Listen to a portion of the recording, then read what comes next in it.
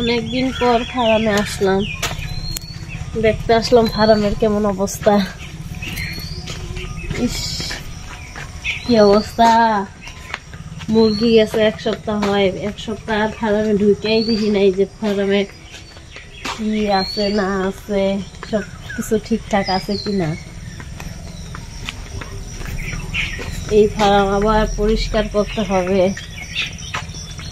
একটা লোক নিয়ে পরিষ্কার করতে হবে। ফার্মটা একদম চুপচাপ, কোনো সারা শব্দ নাই।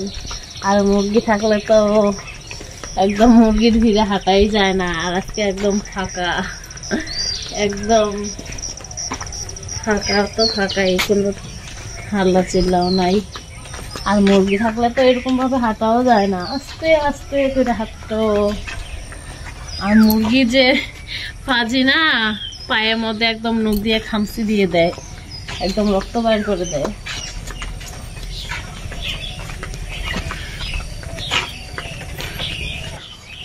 এই দেখো ইঁদুর কত গর্ত করেছে, মুরগির খাওয়ার বাসনের থেকে খাওয়া নিয়ে যায় চুরি করে মুরগি।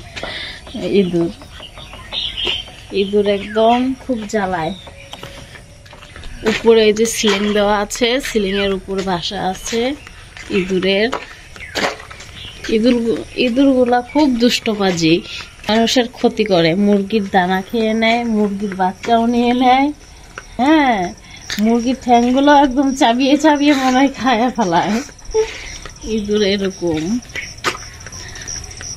আর কুকুর তো কোনো তুলনাই হয় না, একদম নেটের বেড়া ভাঙ্গা চুরা মুরগি নিয়ে নেয়। দেখো বেড়াগুলো অনেকদিন হয়েছে, পুরানো হয়েছে, নষ্ট হয়ে গেছে, ভেঙে গেছে। নেটের বেড়া না, এই যে এদিক দিয়ে কুকুর ঢোকার চেষ্টা করছিল, যে একটু বান খুলে গেছে। নেটের বেড়া বেশি তো আর মজবুত নেই, নর্মাল বেড়া। খুব নোংরা হয়েছে, মাকড়সার বাসা একদম ভিড়ে গেছে। ফ্যানগুলাও পরিষ্কার করে দিতে হবে, ফ্যানগুলো একদম সেই নোংরা হয়েছে। কারণ আবার ছোট মুরগি আসবে, ওদেরকে আবার ভালোভাবে পরিষ্কার পরিচ্ছন্ন ভাবে রাখতে হবে। একদম ঘরটা ছাপাই করে চুন লেপতে হবে, ঘরটা খুব সুন্দর চকচকা করে। বাসন টাসন যা আছে সব ধুয়ে পরিষ্কার করতে হবে। কয়েকদিন তো রেস্ট করলাম, এখন আবার কাজে লাগে পড়বো। এই বাসনগুলো সবগুলো ধুতে হবে, কালকে ধুবো।